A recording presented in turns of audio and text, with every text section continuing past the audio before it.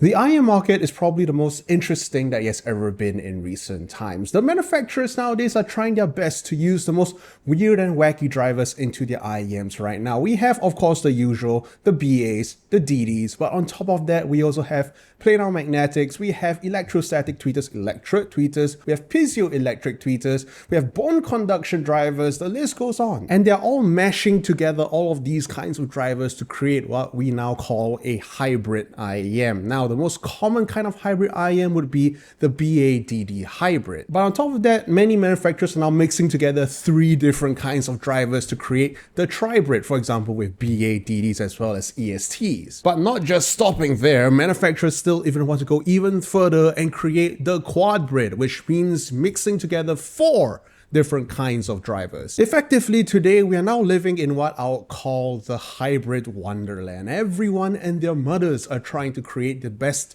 new and wacky hybrid in order to differentiate themselves from the rest of the market. But there begins the question, if there's so much hybridassery going around today, where did it all begin? Today I shall present to you what would be the closest things to vintage in our IEM industry, the world's first hybrid IEMs. Here are the first hybrid IEMs that first came out on the market. The first, we have the Ultimate Ears Super.Fi 5 Extra Bass, also known as the SF5 EB, as well as the AKG K3003. And before we dive into it, I'm sure some of you would probably be asking, what is the point of having a hybrid configuration? Why even mix different kinds of drivers together into one IEM? For those of you who are asking that question, please watch on. For those who are not and just want to get straight to the point, well, timestamps are below, just click and skip forward. So as I've said in the introduction, a hybrid IEM basically is an IEM that mixes together different kinds of drivers together into one shell. Now, why would you do this? Why would you take something that would be otherwise be simple to implement and then add extra complexity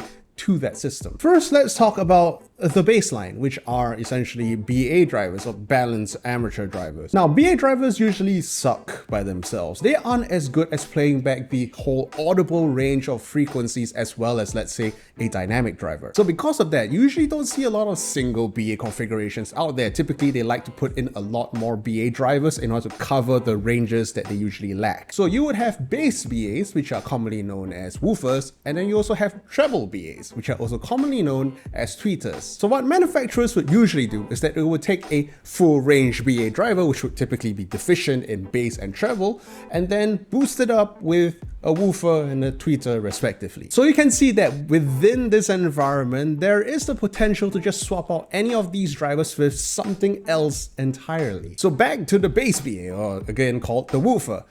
A lot of people realize that BA drivers, regardless of whether or not they're specialized as woofers, kind of suck as well. So naturally, there would be the chase to find a driver that would be better for bass than a BA driver.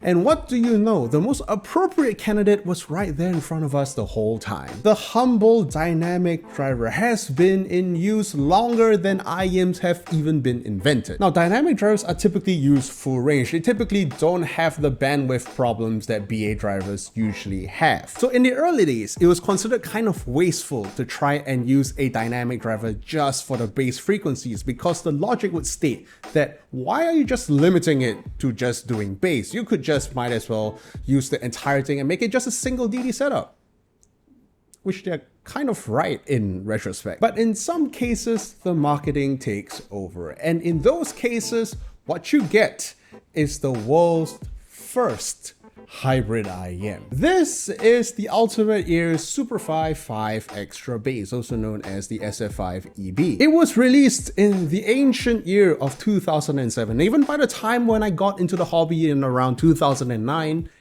it was already considered a relic by then. The SF5 EB famously uses a single balanced amateur driver that was linked with an absolutely massive 13.5mm dynamic driver in order to push out what they call extra bass. Again, I think that this might be the very first hybrid IEM that was ever manufactured. If I'm wrong, please let me know in the comments. But as of now, this was what I know to be the first. And as with many pioneers in any hobby, when they did it quite terribly. Here's the thing.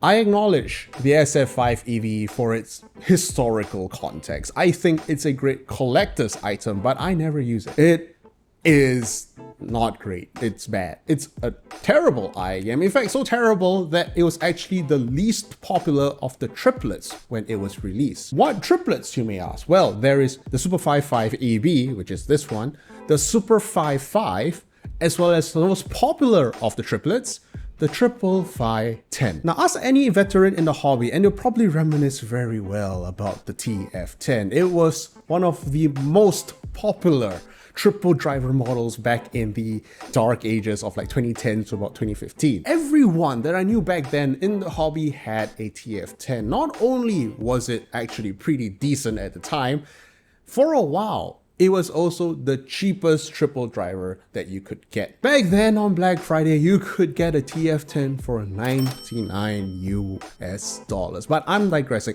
I am going off the path way too much. Let's now talk again about the SF5 EB and why it kind of failed. First of all, yes, it was overshadowed by both of its siblings. First of all, yes, the TF10, but also the SF5, the non-base enhanced edition. The Super.Fi 5, the regular one, wasn't actually that great of an IEM either. It was just kind of middling and again still overshadowed by the greatness that was the TF10. But even in all its mediocrity, it still manages to completely sideline the SF5 EB, not because it was that great, but because the SF5 EB was that shit. It was tuned in what I would consider the classic hybrid sound. Back in the day, when you shoved a DD into an IEM and made it a hybrid, the prevailing assumption is that now you had to turn it into a very, very bassy set. So yes, you have now shoved in a dynamic driver woofer and it basically took up half the shell. The manufacturers thought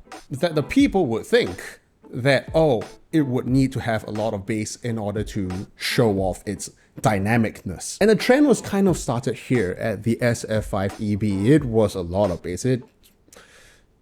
It's too much, but you know, just like how I talked about how the Scarlet Mini was too much, this on the other hand is too much and not good bass at all. No, it was flabby, it was loose, there was no sense of texture, everything just felt like a wall of sound, but just bass, if that makes sense. And in their way to kind of cut through that bass, they made sure that the BA driver was tuned very sharp, but apparently not sharp enough. So there's still that tinge of sibilance and a bit of grit and edge from the BAs, but clearly not enough. So it just turns out to become just, how do I explain this? It's just mud. It's hard for me to explain everything too much because this is kind of a really ancient type of sound, and ancient in the context of 2007. So don't take my word for it. When I just come down to the Hangout, this very sample would be available for demo to anyone who asks for it. We're located at 29B Mosque Street, level 3 in Chinatown. And for those of you who aren't in Singapore, well, we have just the solution for you, Hangout.audio. Yes, I'm sponsoring myself. For those who don't know, Hangout.audio now ships globally. And if your order hits above $30 US, we ship for free. Hangout.audio is my audio retail store with a selection that's completely curated and handpicked by me. So everything that you see on Hangout.audio catalog would be a banger. Everything would have achieved at least a 1 value star rating on my IEM ranking list. On top of that, we also offer a 60-day return policy with restocking fees. So if you don't like the thing that you just purchased and it's not broken, well, you can just throw it over back at us. It's that simple. So if you're looking for your next IEM, your next portable audio equipment, why not consider us, Hangout.audio. Support me. Back to the video. So that would be the first hybrid IEMs, the SF5 EB. Why not the ones that came after that? The next hybrid IEM to come after the SF5 EB would be the Unique Melody Merlin, but it's kind of lost to time. It was kind of available only in custom, so it's, you know, I wouldn't have one and not many else would have it as well. But number 3, oh, you might not know this at all. This is the AKG K3003, kind of a mouthful, I know. These are, at least in terms of legacy, the successor to the SF5 EB. They didn't have one BA, one DD, no.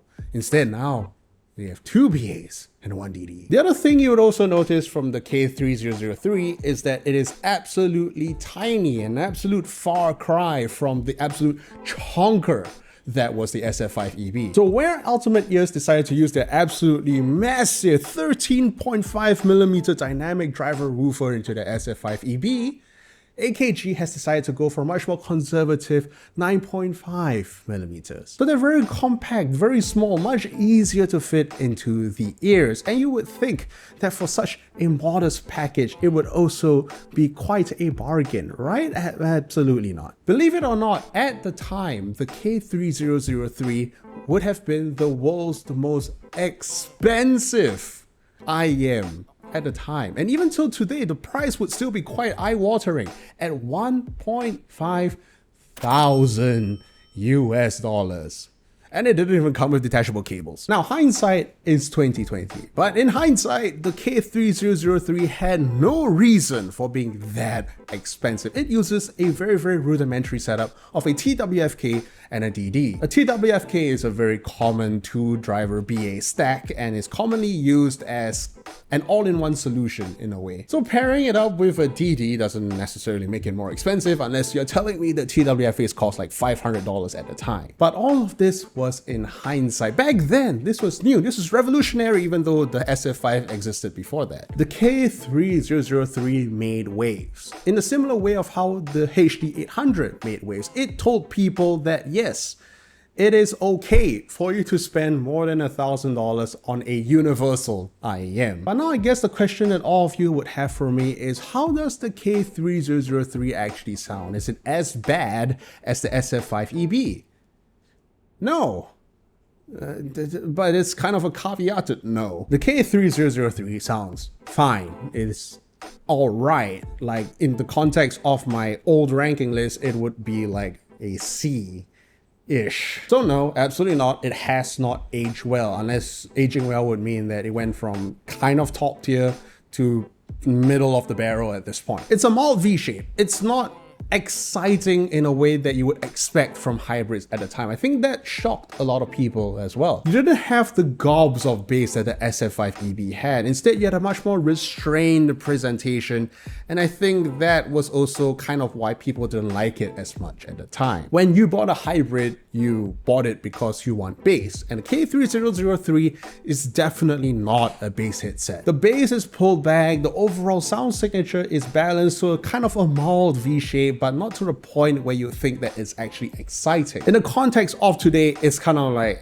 yeah, it's an IEM that exists, I guess. It's not much of a special thing anymore. But again, as a collector's item, what is one of the first hybrid IEMs in the world, as well as the most expensive IEM at the time? It definitely has value in some way or form. And yes, if you are in Singapore and if you like to try one, we have it at the Hangout. Come again, I'm not gonna shill it anymore. Just come down to Hangout, try it out. And just to close off the whole chapter, yes, we are now in an age of hybrid IEMs. Everyone would want to do a hybrid IEM. They do have their benefits, and I do believe that a dynamic driver is better for bass than a BA driver. But as someone who's in the industry, as someone who has reviewed these kinds of IEMs for decades at this point, I think it's a really nice time to just be able to reminisce, to just go back to where it all began. The SF5EB and the K3003, not great today, but he started it all. And for those who have subscribed to the $20 tier on my Patreon, here are all of your names. And for those who have subscribed to the $30 tier, allow me to speak yours now. Dennis, crinacle, Andrew, Posichronic, Like Pizza, Seraphim, Chemotherapy, Daryl, Spooky Hedgehog, and True Problematic. I thank you all. Gonna be trying and focusing a lot more of my attention to the Hangout.audio channel right now. If you haven't subscribed already, please subscribe right here. If not, well, see you next week, and don't die. Fuck off.